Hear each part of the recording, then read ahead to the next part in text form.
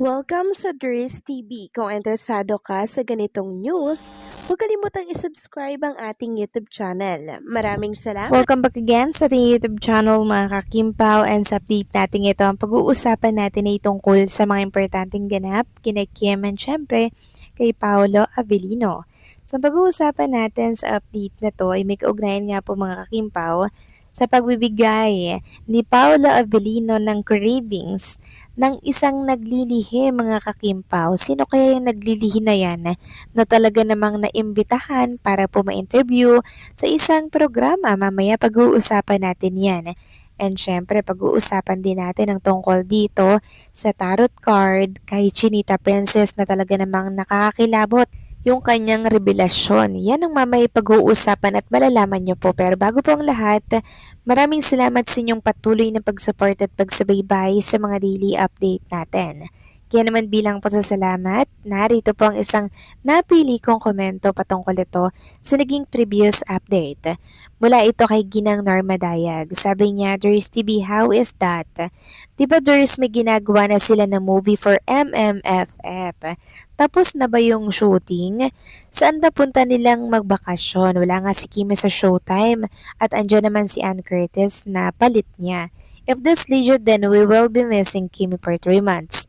Tapusin muna nyo yung MMFF na shooting para may entry kayo sa MMFF. At ilampaso nyo si Vice Ganda sa top grosser movie nyo. God bless you both, KP, and may God keep you safe and guide you in all your ways, especially to Kimi, who is in family way according to Christopher Min. If it's legit. Maraming salamat sa inyong komento, Ginang Norma Dayag. So, hindi pa po tapos ang shooting para po sa Metro Manila Film Festival. Yung shooting pa lang po ni Kim and Paula Avellino, parang kalahati pa lamang po yun ng movie po nila. And then, pag na-approve ito, tsaka po nila itutuloy yung nasimulan po nilang shooting. So, ito ay 50-50 pa, pwedeng ma-approve, pwedeng hindi, pero hopefully, ito po ay ma-approve dahil talagang yung dedication and yung effort na binigay ni Kim and Paula Avellino dito, hanggang doon na lang mga kakimpaw. Kaya sana ipag-pray natin na matanggap ito or ma-approve or maisama para po may mapanood tayo sa Kapaskuhan mga kakimpaw. Yung about naman po sa 3 months na vacation, hindi pa po yun sure mga kakimpaw ha, hindi pa yun sure. Ang ginagawa pa lang ngayon ni Chinita Princess and Paolo is nag-shooting pa lang. Ito po yung dahilan kung bakit minsan wala po si Kim sa It's Showtime. Okay, hindi pa yun sure yung 3 months na yun. So maraming salamat po sa inyong komento, Ginang Norma Daya. God bless po sa inyo and mabuhay kayo. So eto na nga, pag-usapan na natin mga kakimpaw, mga topic na nakalap natin sa update na to. At unahin na nga natin pag-usapan ng tungkol dito sa tarot card reading for Chinita Princess. So, isang babae po kasi yung nag-tarot card kay Chinita Princess dito sa Facebook. And share ito ng isang account dito sa X. So, sinabi niya dito mga kakimpaw na yung mga bumabatikos, yung mga nagbabackfight sa kanya at gumagawa po ng hindi maganda kay Chinita Princess, talagang bumabalik daw mga kakimpaw eh. May kung ano daw po mga kakimpaw na nag-guide kay Chinita Princess. Kaya pag ginawan daw po si Kim Chiu ng masama, asahan na may babalik agad sa taong gumawa po ng masama kay Chinita Princess. Grabe no, parang may protector si Chinita Princess mga kakimpaw. Talagang hindi siya hinahayaan na idadaw ng kung sino-sino, 'di ba? Talagang may ganti po agad. Kasi naman mga kakimpaw, si Chinita Princess po is napaka-genuine ng kanyang puso, busilak, 'di ba? Tapos may mga ganun-ganun pa. Eh di, 'di ba, mga kakimpaw, asahan na natin na talagang may balik agad ang anumang gawin nila kay Chinita Princess.